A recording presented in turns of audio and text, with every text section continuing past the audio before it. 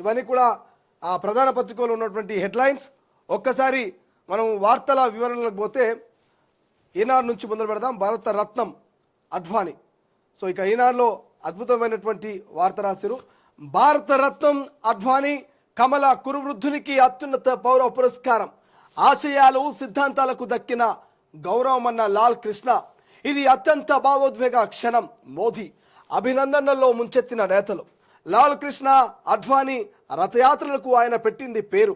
పదునైన వాగ్బానాలు, ఇక లోతైన విశ్లేషణలు, సాధికారిక ప్రసంగాలకు మారు రూపు.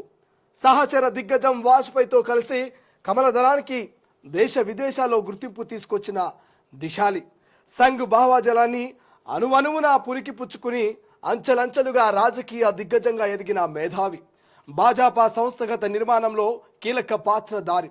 కాంగ్రెస్ను ఎదుర్కొనేందుకు నేషనల్ డెమోక్రటిక్ అలయన్స్ ఎన్డీఏకు రూపకల్పన చేసిన రాజా నీతిజ్ఞుడు. ఉప ప్రధాని పదవిని అలంకరించిన భాజపా భీష్మ పితామహుడు. దేశానికి చేసిన సేవలకు గాను ఆయనను అత్యున్నత పురస్కారం వరించింది. స్వలాభం కోసము నేను ఏనాడు ఆలోచించలేదు. నిస్వార్థంగా దేశం కోసమే అంకిత భావంతో పనిచేశా. ఈ ప్రస్థానంలో వెన్నుదన్నుగా నిలిచిన కుటుంబం సభ్యులను, ఇక ఈ లోకం విడిచి వెళ్లిన భార్య కమలను ఈ శుభ సమయంలో గుర్తు చేసుకోవాల్సిన అవసరం ఉంది. వాళ్ళ తోడ్పాటుతోనే ప్రజలకు సేవ చేయగలిగాను. వాళ్ళే నా బలం. గొప్పదైన మన దేశం మరింత వైభవేతంగా వృద్ధి చెందాలి. అట్టడుగు స్థాయి నుంచి రాజకీయ జీవితాన్ని ప్రారంభించిన అడ్వాణి దేశ ఉప ప్రధాని వరకు ఎదిగి ఎన్నో సేవలు అందించారు. ఆయన కృషి చిరస్మరణీయం. పార్లమెంటులో ఆయన అనుభవం మనకు ఎప్పటికీ ఆదర్శప్రాయం. ఎన్నోసార్లు సమాలోచనలు జరిపి ఆయన నుంచి నేర్చుకోవడం నా అదృష్టంగా భావిస్తా. ప్రధాని నరేంద్ర మోదీ. ఇక భారత అభివృద్ధి స్వాప్నికుడు, నవభారత నిర్మాణ మార్గదర్శకుడు, ప్రజాసేవకే జీవితాన్ని అంకితం చేసిన దేశభక్తుడు లాల్ కృష్ణ అడ్వాణికి భారతరత్న ప్రకటించడం ఆనందదాయకం. రాజకీయాల్లో ప్రవేశించిన నాటి నుంచి ఆయన అందించిన మార్గదర్శనం, నాపై చూపించిన పుత్ర వాత్సల్యం మరువలేనివి. వెంకయ్యనాయుడు మాజీ ఉప రాష్ట్రపతి. ఇక భాజపా అగ్రనేత మాజీ ఉప ప్రధాని లాల్ కృష్ణ అడ్వాణి కేంద్ర ప్రభుత్వం అత్యున్నత పౌర పురస్కారం భారత రత్నను ప్రకటించింది. స్వయంగా ప్రధాని నరేంద్ర మోదీ శనివారము ఈ విషయాన్ని వెల్లడించారు. ఇది తన జీవితంలో అత్యంత భావోద్వేగ క్షణమని ప్రధాని పేర్కొన్నారు. అడ్వాణీజీతో ఫోన్లో మాట్లాడి శుభాకాంక్షలు తెలిపా. ఈ తరానికి చెందిన అత్యంత గౌరవప్రదమైన రాజా నీతిజ్ఞులలో ఆయన ఒకరు. జాతీయ ఐక్యత, సంస్కృతి పునర్జీవాన్ని పెంపొందించే దిశగా అసమాన కృషి చేసిన ఆయన అలాంటి నేతకు ఈ పురస్కారం దక్కడం సంతోషం. దేశ అభివృద్ధిలో ఆయన పాత్ర చిరస్మరణీయం. ప్రజా జీవితంలో దశాబ్దాల పాటు సేవలు అందించడంలో పారదర్శకత, నిజాయితీలకు కట్టుబడి ఉన్నారు. భారత రత్న కాషాయం వనంలో విరిసిన కమలం అడ్వాణి అనుకోకుండా ఆర్ఎస్ఎస్లో చేరిక ఆయన జీవితంలో ఎన్నో కీలక ఘట్టాలు. భారతరత్న అడ్వాణి గురించి మనము మాట్లాడుకోవాలి. నిజంగా కమల కురువృద్ధునికి అత్యున్నత పౌర పురస్కారం, ఆశయాలు సిద్ధాంతాలకు దక్కిన గౌరవమన్న లాల్ కృష్ణ.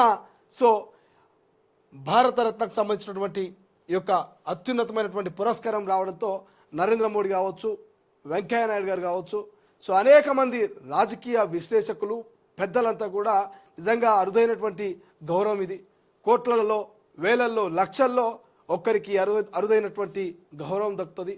సో భారతదేశంలోనే అత్యున్నతమైనటువంటి ఇక భారతరత్న అనేటువంటి ఒక పురస్కారం అడ్వాణి గారికి రావడం, ఆయన చేసినటువంటి సేవలు కావచ్చు, ఆయన ఇచ్చినటువంటి అభివృద్ధి పనులు కావచ్చు, అనేక కార్యక్రమాలకు గాను ఆయనకు ఈ యొక్క పురస్కారం రావడం, ఆయన స్వలాభం కోసం నేను ఏనాడు ఆలోచించలేదు. నా కుటుంబానికి కూడా నేను పెద్దగా పట్టించుకోలేదు. దేశం కోసం, దేశ అభివృద్ధి కోసం, దేశ ప్రజల కోసం నేను పనిచేశాను అంటూ అద్వానీ గారు భావోద్వేగానికి గురయ్యారు. నా కుటుంబానికి, దేశ ప్రజలకు ఎప్పటికీ నేను రుణపడి ఉంటాను అంటూ కూడా ఇక అద్వానీ గారు చెప్తా ఉన్నారు. ఇక అట్టడుగు స్థాయి నుంచి రాజకీయ జీవితాన్ని ప్రారంభించి అద్వానీ దేశ ఉప ప్రధాని వరకు ఎదిగి ఎన్నో సేవలు అందించారంటూ కూడా నరేంద్ర మోడీ గారు ఎమోషనల్ అయ్యారు. సో ఎన్నోసార్లు సమాలోచనలు జరిపి ఆయన నుంచి నేర్చుకోవడం నా అదృష్టంగా భావిస్తున్నా. అంటే అద్వానీ గారు చేసినటువంటి సేవలు కావచ్చు, ఆయన అభివృద్ధి పనులు కావచ్చు, ఆయన ఇచ్చినటువంటి మోటివేషన్ కావచ్చు, ఎంతోమందిని ప్రేరేపించింది, ఎంతోమందిని అనేక మంచి మార్గాలలో తీసుకువెళ్ళే విధంగా ఆయన సేవా కార్యక్రమాలు ఉండేవి. ఇక భారత అభివృద్ధికి స్వాప్నికుడు, నవభారత నిర్మాణ మార్గదర్శకుడు, ప్రజాసేవకే జీవితాన్ని అంకితం చేసిన దేశభక్తుడు లాల్ కృష్ణ అద్వానికి భారతరత్న ప్రకటించడం ఆనందదాయకం అంటూ ఇక వెంకయ్య నాయుడు గారు, మాజీ ఉపరాష్ట్రపతి గారు భావోద్వానికి లోనయ్యారు. సో మొత్తం మీద భారతరత్న అనేది నిజంగానే అద్వానికి రావడం అందరూ హ్యాపీగా ఫీల్ అవుతా ఉన్నారు ఈ మూమెంట్ను. ఇక దీనికి సంబంధించిన వార్త పూర్తి వివరణ ఇది ఒక్కసారి